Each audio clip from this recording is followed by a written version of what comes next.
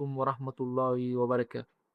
إن شاء الله هنبدأ النهاردة شرح الوحدة الثامنة في مادة البرمجة للطلبة الصف الأول الثانوي. هنبسط كل حاجة، وهي طبعا الوحدة بتتكلم عن الشبكات وإزاي الأجهزة بتتكلم مع بعضها، وإزاي البيانات بتنتقل.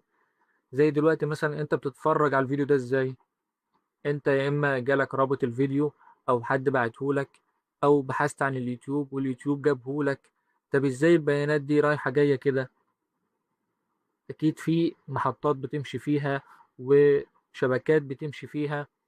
فان شاء الله هنعرف في الوحدة دي ازاي الاجهزة كلها بتتكلم مع بعض، وازاي كل جهاز ليه عنوان زي عنوان بيتك بالظبط، وازاي تقدر ان انت تنقل البيانات من اي مكان لاي مكان في العالم كله في ثواني معدودة.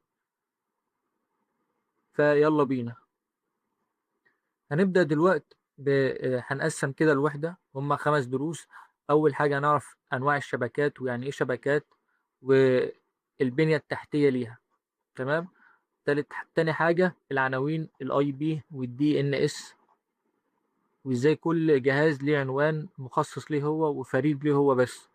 تالت حاجة البروتوكول، ازاي القوانين اللي بتحمي الأجهزة بتوضح ان كل جهاز ليه اي بي معين ليه داخل الشبكة وخارج الشبكة برضه.